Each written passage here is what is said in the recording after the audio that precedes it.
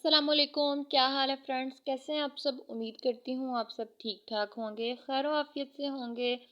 आज हम बना रहे हैं बहुत ही ज़बरदस्त सी रेसिपी, यानी आटे का केक। बहुत मज़े का बनता है और बहुत कम बजट में बन जाता है, बग़ैर मैदे के, बग़ैर अंडों के, बग़ैर इलेक्ट्रिक बीटर के, बग़ैर ओवन के।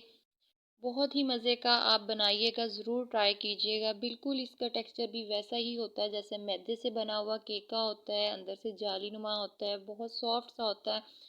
इंशाल्लाह आपको भी ये रेसिपी बनाएंगे तो बहुत पसंद आएगी। चलिए स्टार्ट करते हैं। अंडों की जगह हमने यहाँ पे दही का इस्तेमाल किया है। दही रूम टेम्परेचर का होना चाहिए। 1/3 कप दही है और 1/3 कप ही ये चीनी है। इन दोनों चीज़ों को हमने मिक्सर की मदद से अच्छी तरह से बीट कर लेना है। आप यहाँ पे इलेक्ट्रिक बीटर का भी इस्तेमाल कर सकते हैं, लेकिन यहाँ पे हम 2-3 मिनट लगाएंगे ताकि ये फ्लफ़ी सा हो जाए। पौना कप ही चीनी है और पौना कप ही इसमें मैंने दही का लिया है, 1/3 कप, ठीक। और 1 कप इसमें पूरा भर के हमने आटे का यूज़ कर रहे हैं, मैदा नहीं आटा है, ठीक। और 1 टीस्पून इसमें बेकिंग पाउडर है और हाफ़ टी स्पून इसमें बेकिंग सोडा का है, इस्तेमाल कर रहे हैं। तीनों चीज़ों को हमने अच्छी तरह से छान लेना है ताकि इनमें कोई भी चीज़ हो। आटा, ये वही आटा है जो हम चक्की वाला आटा और गंदम का आटा यूज़ करते हैं, ये वही आटा है, ठीक। सारी चीज़ों को हमने अच्छी तरह से अब मिक्स कर लेना। बेशक मिक्सर की मदद से कर लें या आप स्पैचुला की मदद से कर लें।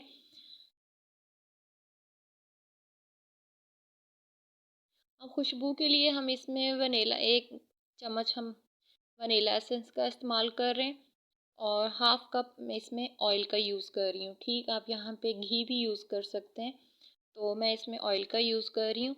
तो इसको अच्छी तरह से हमने मिक्स करना है और आधा कप ना मैंने इसमें दूध का ऐड किया। दूध रूम टेम्परेचर का होना चाहिए, फ्रिज का नहीं होना चाहिए, ठीक। तो अब हमने इसको आराम आराम से इस तरह गोल गोल घुमाना है, ठीक, प्यार से। तो इससे ना केक बहुत सॉफ्ट सा फ्लफ़ी सा बनता है, ठीक। तो इस तरह का टेक्सचर होना चाहिए और कोई भी मोल्ड ले लें आप, इसको अच्छी तरह ऑयल से ग्रीस कर लें और दरमियान में बटर पेपर रख लें। बटर पेपर नहीं भी रखें तो कोई मसला नहीं है। नोटबुक का जो पेज होता है ना, मैं वही रखती होती हूँ, वो भी आप रख सकते हैं, ठीक। अब इस हमेज़े को ना हमने इसके मोल्ड के अंदर डाल देना है और बेक होने के लिए रख देंगे, ठीक।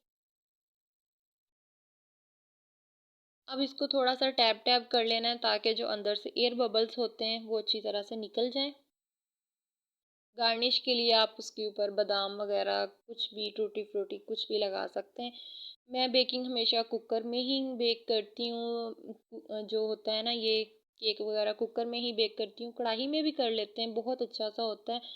तो मैंने इसको 10 मिनट के लिए पहले प्री हीट होने के लिए रखा हुआ था। इस तरह का स्टैंड रख लें या आप स्टील की कटोरी रख लें या जो प्लेट होती है वो उल्टा करके उसको रख सकते हैं, ठीक।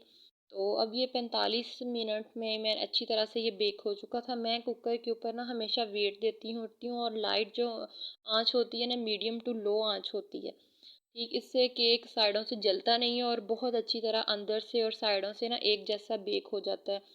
अगर आँच थोड़ी ज़्यादा हो जाए तो वो साइड से केक ज़्यादा सख्त हो जाता है, तो फिर अंदर से तो नहीं होता लेकिन साइड से बहुत ज़्यादा ना हार्ड हो जाता है। वो फिर बिल्कुल ऐसे लगता है जैसे रफ सा हो। अच्छा नहीं लगता, ठीक। तो ये बहुत इक्वल सा बाहर और अंदर से बिल्कुल सॉफ्ट सा ही बेक हुआ था क्योंकि आँच हमने मीडियम टू लो रखी थी।